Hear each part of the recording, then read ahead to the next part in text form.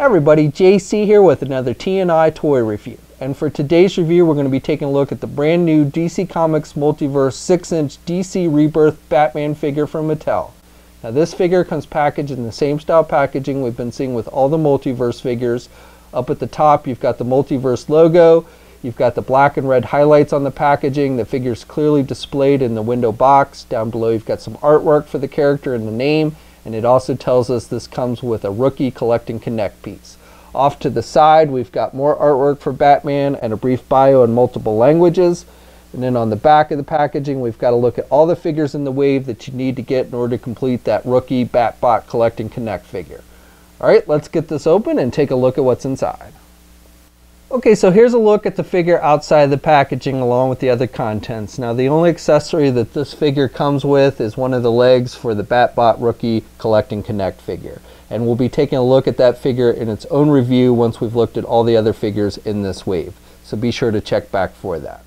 So for the figure itself, I think they've done a pretty good job with the sculpting detail. I like the head sculpt. He's got the square jaw like you would expect from Batman, and he's got a Batman-like facial expression. Skin tone is maybe a little bit on the pale side, but not too bad. He's got the whited out eyes and then the pointy ears. He's got the cape, which is done with that rubber type material, and you've got purple on the underside and black on the backside.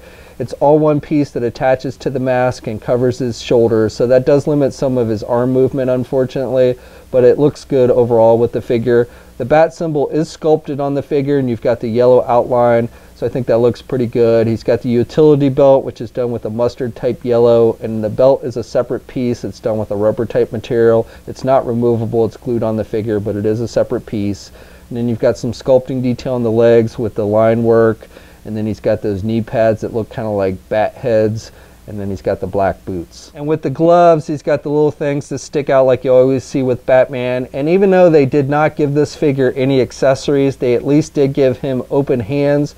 So if you have other bat type accessories, you can have him hold it with this figure, which is nice. So this figure stands, if you count to the tips of his ears, just a little bit over 6.5 inches, not quite 6 3/4 inches. Here's a comparison with the DC Collectible 6-inch Icons version of the Rebirth Batman figure, and you can see the Mattel one is taller. Here's a comparison of the DC Collectibles Icons Rebirth Superman and Wonder Woman figures.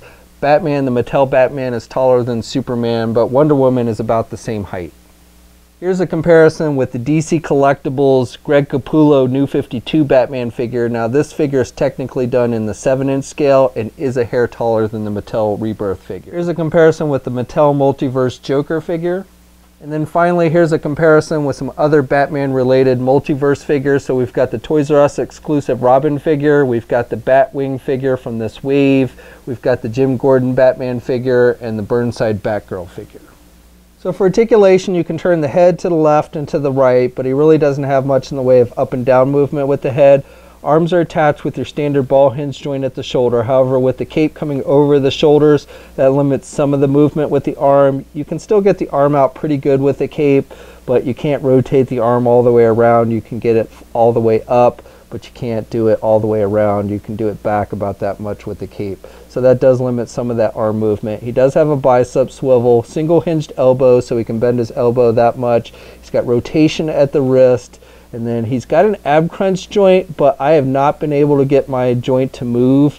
I tried taking a hairdryer to it and hot water, but it just won't budge, and I don't want to break it. So just be wary of that, those ab crunch joints might be stuck on the figure. He does have a waist swivel as well. He's got the side hinge joints, so he can do the splits good. You can get the leg forward that much, and you can do the leg back about that much. He's got a thigh swivel, single hinge knee, so he can bend his knee that much, and then he's got the hinges on the feet, so he's got up and down movement with the feet, but no rotation and no ankle pivot.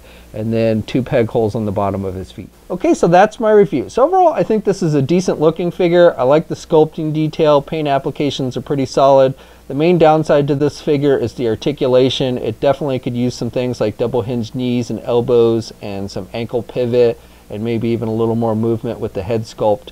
But otherwise, like I said, I do think it's a decent looking figure. And while they did not include any accessories with this one, I am glad that they gave him the open hands. So if you have other bad accessories laying around, you can have this figure hold it. Now this figure is available now along with the rest of the wave. We'll have a full image gallery up at toynewseye.com. There'll be a link in the video description below.